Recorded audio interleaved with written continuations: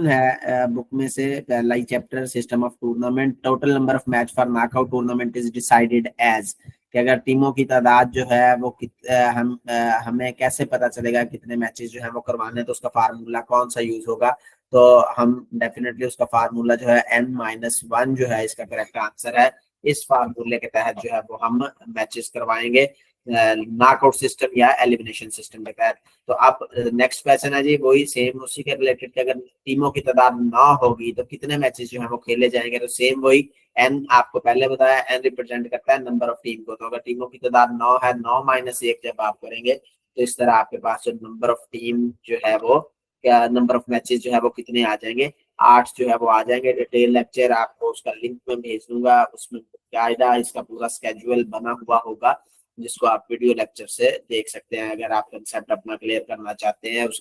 अगर यहाँ पर आपको क्लियर नहीं है तो जी नेक्स्ट है question number 18, what is the formula to calculate total bye. कैसे जो अगर हमने कितनी बाई देनी है, नॉकआउट सिस्टम के तहत चल रहे हैं, टीमों की तादाद पावर ऑफ 2 के इक्वल नहीं है, तो कैसे पता चलेगा कि हमने कितनी बाई देनी है। तो उसके लिए फार्मूला कौन सा अडॉप्ट किया जाएगा। तो definitely power of 2 + 2 total number of team नहीं होगा। करेक्ट फार्मूला क्या होगा, next power of 2 minus total number of team के। अगर पावर ऑफ 2 हम लेंगे 2 × 2 4, 4 × 2 8, 8 × 2 16। तो अब अगर आपके ऊपर डिपेंड है आप कितनी टीमें लेकर लेते हैं। आपको पता है कि आपके टूर्नामेंट के अंदर कितनी टीमें शामिल है। मिसाल के तौर पे 10 टीमें जो है आपके पास हैं जो आपके टूर्नामेंट में शिरकत कर रही हैं, और आप पूछ रहे हैं जब if number of team are 10 how many byes will be given. तो आंसर आपका क्या होगा, नेक्स्ट पावर ऑफ 2 देखेंगे 10 से अबव जो है वो कौन सी है। तो 10 से अबव कौन सी होगी, 2 4 8 16। तो 8 जो है वो 10 से छोटा है, यानी कि नेक्स्ट नहीं बनती, उससे प्रीवियस बनती है। तो नंबर ऑफ टीम आपके पास 10 है तो 10 से नेक्स्ट पावर ऑफ 2 देखनी है। नेक्स्ट पावर ऑफ 2 आपकी क्या आ रही है जी, 16। तो 16 में से 10 आप जो है वो माइनस कर देंगे नंबर ऑफ टीम को, तो जितना आंसर आएगा उतनी आपने 22 देनी है। तो सिंपल ये फार्मूला आप अडॉप्ट जो है वो कर सकते हैं। अगर इसका मतलब है 10 टीम में है तो 6 बाई, 9 टीम में है तो 7 बाई, 8 टीम में है तो 8 बाई नहीं, कोई बाई नहीं, क्योंकि 8 जो है वो इक्वल टू पावर ऑफ 2 है, 2 4 8।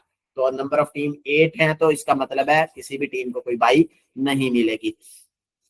तो जी नेक्स्ट क्वेश्चन है 19, how many byes will be given for 21 team on the knockout basis. अब वही एग्जांपल मैंने आपको बता दी, दूसरा बता दिया, नंबर ऑफ टीम कम थी। अब जी नंबर ऑफ टीम है 21, तो 21 में से 22 कितने, हमें कैसे पता चलेगा कितनी टीमों को बाई मिलेगी।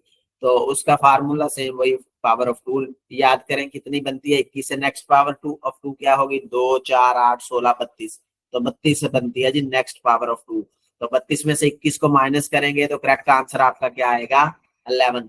तो 11 टीम जो है वो बाई उनको मिल जाएगी। बकिया जो 10 टीमें हैं वो आपस में मैचेस खेलेंगी। 10 टीमें जब मैचेस खेलेंगी तो उनमें से 5 टीमें जो है वो टूर्नामेंट से खारिज हो जाएंगी।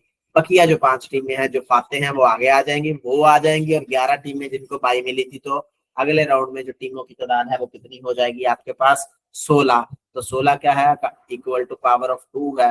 तो 16 में से फिर 8 रह जाएंगी, 8 में से फिर 4 रह जाएंगी, 4 में से फिर 2 रह जाएंगी, 2 में से 1 रह जाएगी। तो इस तरह आपका जो टूर्नामेंट है वो मुकम्मल हो जाएगा एट द एंड तक। पहले राउंड में अगर आपने बाई दे दी तो एट द एंड जो है वो कोई आपको मसला नहीं फेस करना पड़ेगा। नेक्स्ट है जी 20 नंबर क्वेश्चन, अगर 16 टीमें जो है वो खेल रही हैं, 16 team are playing in knockout tournament, then how many pool will be there in the tournament. Option है जी 8 14 6 2। तो 16 टीमें हैं तो मोस्ट जो रेलिवेंट है वो 2 हो सकता है।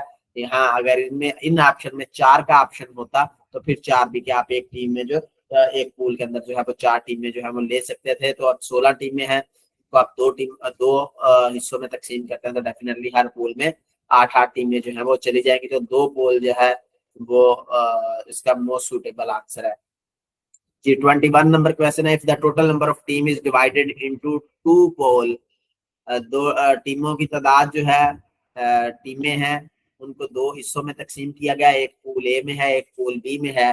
तो पहली बाई कहाँ पर दी जाएगी। अब बाई देने के सबसे पहले तो हमें ये पता होना चाहिए कि ये कि बाई देने के मेथड क्या है। बाई दी जाती है या तो हम देखते हैं सीडिंग को या रैंकिंग को, यानी कि लास्ट ईयर में जो टूर्नामेंट फाते थी अगर ऑलरेडी ये टूर्नामेंट चल रहा है और लास्ट ईयर में जो टूर्नामेंट जो टीम जो है वो फाते थी, तो फिर फाते थी तो उसको बाई दे दी जाती है, अगर एक बाई देनी हो। दूसरी बाई तो फिर उसको रनर अप जो है उसको बाई दे दी जाती है। और बाज का ऐसा होता है कि आप राज के जरिए जो है वो बाई देते हैं, यानी कि पर्चियां डाल लेते हैं और उनकी बेसिस के ऊपर जो है वो जिसके नाम का पूरा निकल आया उसको बाई, बस ये पता हो बाई कितनी देनी है वो कैसे, जो हम लास्ट क्वेश्चन जो है वो कर चुके हैं। तो अब अगर आप उस मेथड के तहत जो है वो कर रहे हैं, तो हमेशा जब जो टीमों की जब रैंकिंग करते हैं उनको पूल में डिवाइड करते हैं, तो उनको इस तरह डिवाइड किया जाता है कि रैंकिंग के अकॉर्डिंग, ताकि जो अच्छी टीमें हैं वो एक ही पूल में ना सारी चली जाएं, और जो उसको कह सकते हैं कि जो आसान टीमें हैं वो दूसरे पूल में ना सारी चली जाए। तो डेफिनेटली जब आप कॉम्बिनेशन सिस्टम के तहत जा रहे हैं, अच्छी टीमें अगर आपने एक पूल में डाल दी हैं और जो हल्की टीम में है वो दूसरे पूल में है, तो अच्छी टीमों के जो मैचेस हैं वो एक पूल में हो रहे हैं, तो उनमें से जो अच्छी टीमें हैं कुछ वो निकल जाएंगे टूर्नामेंट से, और फिर जो आपका एंड है टूर्नामेंट का वो शानदार नहीं होगा। तो इसलिए जब टीम की एडजस्टमेंट की जाती है तो टीम को इस तरह के, जो रनर है वो पूल ए में है, अगर रनर अप, तो जो विनर है वो पूल बी में होगी। तो थर्ड नंबर वाली पूल ए में, फोर्थ नंबर वाली पूल बी में, तो उनकी पोजीशन जो है वो इस तरह मेंशन जो है वो की जाती है। अब अगर हमने बाई देनी है, एक ही बाई देनी है, तो वो किसको दी जाएगी, तो डेफिनेटली वो सॉरी जो लास्ट टीम है सेकंड पोल की, यानी कि जो सबसे रैंकिंग में पहले नंबर के ऊपर है उसको लास्ट टीम जो है वो लिखा जाता है। दो पोल में अगर हम टीमों को डिवाइड करते हैं तो लास्ट टीम ऑफ सेकंड पोल जो है वहां पर लिखा उसको जाएगा, तो वहां पर उसको यानी कि वो टीम बाई हासिल करेगी, बाकी जो है वो मैचेस खेलेंगे। इसी तरह सेकंड क्वेश्चन है जी, सेकंड बाई किसको दी जाएगी, अगर दो टीमें हैं उनको दो पूल में, तो किसको दी जाएगी। हमने पहली बाई जो है वो दी थी सेकंड पूल की लास्ट टीम, तो अब जो सेकंड बाई देनी है वो किसको देंगे, फर्स्ट टीम की, फर्स्ट पूल की पहली टीम को, यानी कि जो लास्ट ईयर की रनर अप थी वो पहले नंबर पर लिखी है, जो विनर थी वो लास्ट नंबर पे लिखी है। तो इसका मतलब है इसका स्टार्ट में ही कोई भी मैच नहीं आएगा। अगर इनका आपस में कंपटीशन होगा भी तो ये एट द एंड जो है वो आपस में टकराएंगे, मैचेस इनके आपस में आएंगे, पहले ही राउंड में इनके जो मैचेस हैं वो नहीं आएंगे।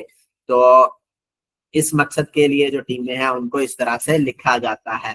तो नेक्स्ट है जी, total number of team is divided into two pool, the placement of third bye, तो थर्ड बाई फिर आ जाएगी जी फर्स्ट टीम जो है सेकंड पूल की उसको, इसी तरह जो फोर्थ बाई है वो आपकी आ जाएगी जो सेकंड पूल की थी। अब जो फर्स्ट पूल की जो है सेकंड टीम है, लास्ट टीम है सेकंड फर्स्ट पूल की, उसको जो ये बाई जो है फोर्थ बाई वो दी जाएगी। इसी तरह अगर पांच बाई देनी है तो पांचवी बाई कहाँ पर दी जाएगी, डिसाइड जहां पर बाई नंबर 1 दी थी तो वहां पर फिफ्थ बाई जो है वो दी जाती है। छठी बाई जो है वो डिसाइड द बाई नंबर 2 आ जाएगी, और सेवंथ बाई जो है वो by decide the by number 3 के साथ जो है जो टीम है उसको जो बाई दे दी जाती है। तो टीमों की तादाद जो है वो उस तरह से लिखी जाती है। डिटेल लेक्चर आपको बताया यूट्यूब के ऊपर अपलोड है, मैं उसका लिंक आपको दे दूंगा, उससे आप आसानी के साथ आपका ये जो कंसेप्ट है वो क्लियर हो जाएगा। तो which system is more suitable, 28 number question है, which system is more suitable for the conduct of tournament of 20 football team at college level. अब सबसे पहले तो जब कॉलेज लेवल के ऊपर हम टूर्नामेंट करवा रहे हैं तो वहां पर हमारा मकसद ये नहीं है कि हमने कोई जो है वो बड़ा कॉलेज लेवल के ऊपर हम अमूमी तौर पर क्या कर रहे होते हैं, जो बच्चों को चांसेस प्रोवाइड कर रहे होते हैं, तो वो ज्यादा से ज्यादा जो मैचेस हैं आपस में खेलें।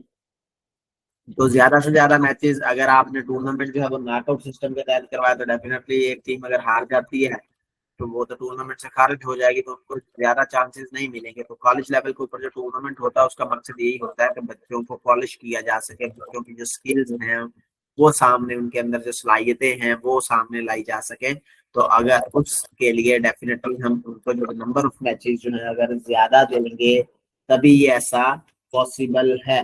तो उसके लिए कौन सा होगा जी हमारा most suitable answer, league system जो है, तो डेफिनेटली उसमें फिर फाते का नहीं पता चलेगा। तो कॉम्बिनेशन सिस्टम क्या है, उसमें हम देख लेंगे। लीग सिस्टम में चूंकि फिर वो स्कोर शीट बनेगी, जबकि कॉम्बिनेशन सिस्टम क्या है कि उसमें थोड़ा सा क्रेज भी आ जाएगा एट द एंड। तो एक तो जो नंबर ऑफ मैचेस हैं वो ज्यादा हो जाएंगे कॉम्बिनेशन सिस्टम के तहत, और ताकि जो खिलाड़ी हैं उनको भी मौका मिल सके। तो इसलिए मोस्ट सुटेबल ऑप्शन जो है वो क्या होगा, कॉम्बिनेशन सिस्टम।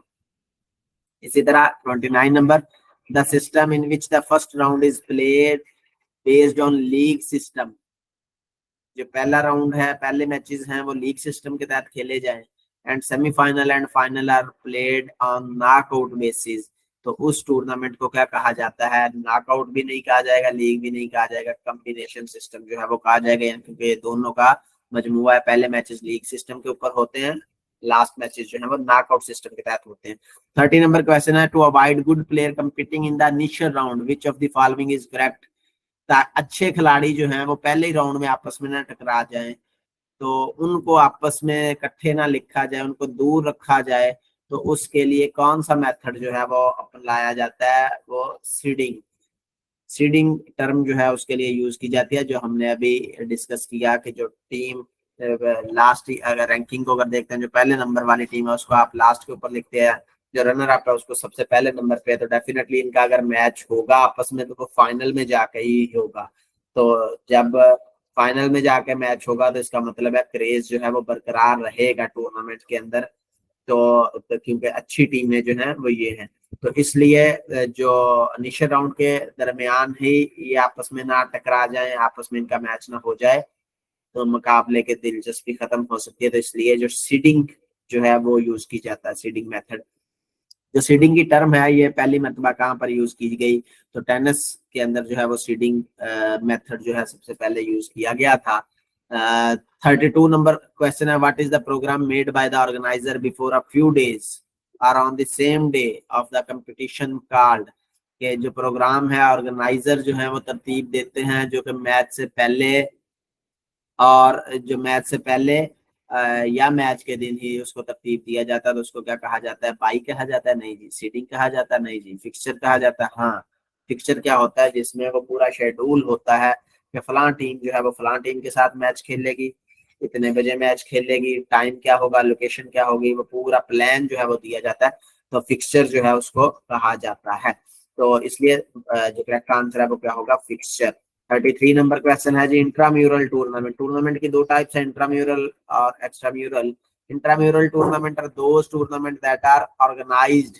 इंट्राम्यूरल टूर्नामेंट किसे कहते हैं, जो कि एक ही इदारे के अंदर रहते रहते आप आपस में जो टीमें, यानी कि एक इदारा है, हाई स्कूल है, छठी का सातवीं के साथ मैच करवा दिया, सातवीं का आठवीं के साथ, तो इस तरह जो मैचेस हैं आपस में खेलते हैं, दोस्ताना मैचेस खेलते हैं।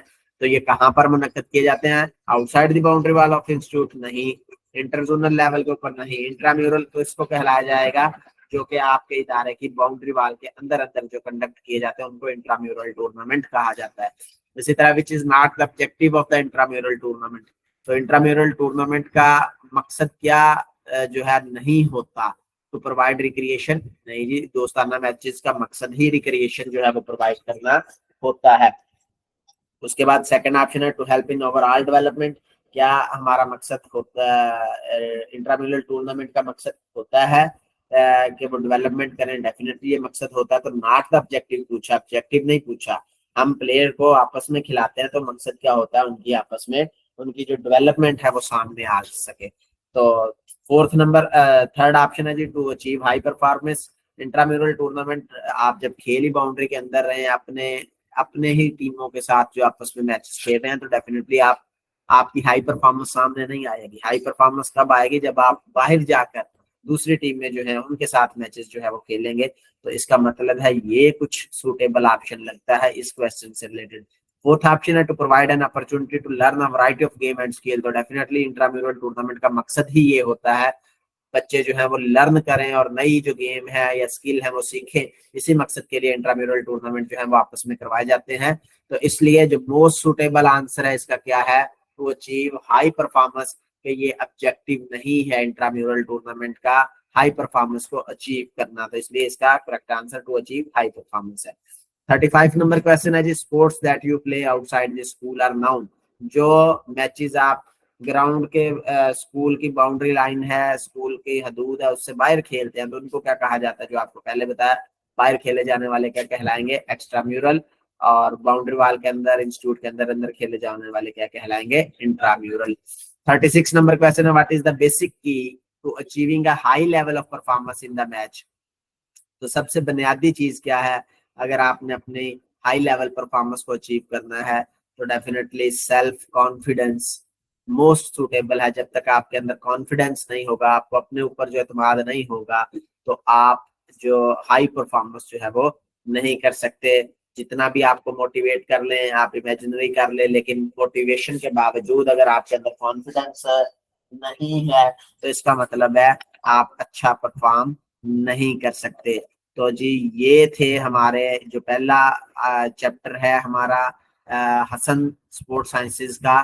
तो उसका जो पहला चैप्टर है सिस्टम ऑफ टूर्नामेंट, उसके 36 एमसीक्यूज हैं, तो 36 एमसीक्यूज की एक्सप्लेनेशन जो है वो कर दी है।